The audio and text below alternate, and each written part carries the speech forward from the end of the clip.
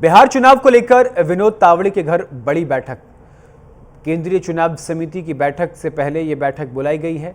केंद्रीय गृह मंत्री अमित शाह के घर पहुंचे विनोद तावड़े। अमित शाह और तावड़े की मुलाकात जारी है।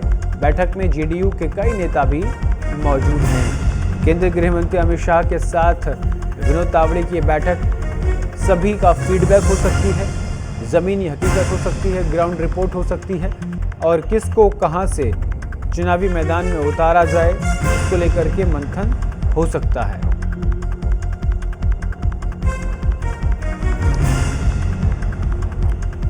बिहार चुनाव को लेकर विनोद तावड़े के घर बड़ी बैठक चल रही है। बैठक होगी, लेकिन उससे पहले केंद्रीय गृह मंत्री अमित शाह से मुलाकात करने पहुंचे विनोद तावड़े।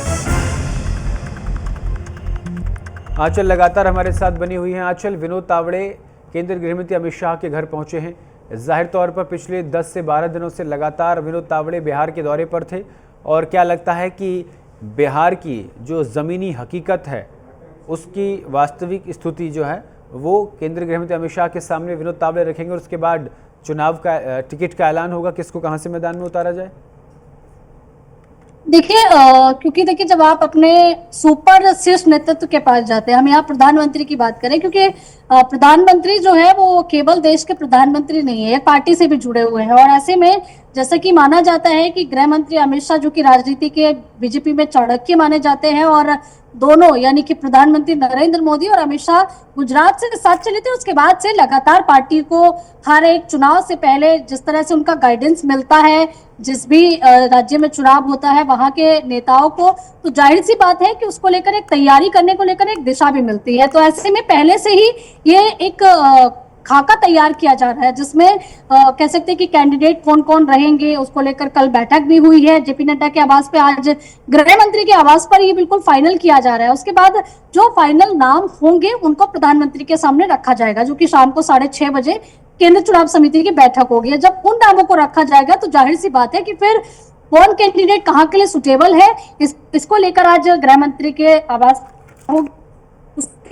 फाइनल नाम जो है पीएम के सामने पहुंचेगा। उसकी विशेषताएं बताई जाएंगी, कौन सा कैंडिडेट कहां से कितना बेहतर हो सकता है, और क्योंकि जीत की संभावनाएं जो है ना वो कैंडिडेट में ढूंढी जाती है। और ऐसे में कोई भी पार्टी ये चाहती है कि उसका जो प्रत्याशी हो उसकी छवि साफ हो, उस पर किसी भी तरह का कोई दाग ना हो, और वो जो भी सीट, जिस भी सीट से चुनाव लड़ाया जाता है वो सीट को आसानी से निकाले। लेकिन बीजेपी की एक खासियत है, हालांकि देखिए हर एक पार्टी सर्वे कराती है, लेकिन बीजेपी कई सर्वे करवाती है और कई सर्वों के बाद ये डिसाइड करती है कौन सा कैंडिडेट किस सीट के लिए बेहतर है। जी, बहुत बहुत शुक्रिया आंचल तमाम जानकारी के लिए।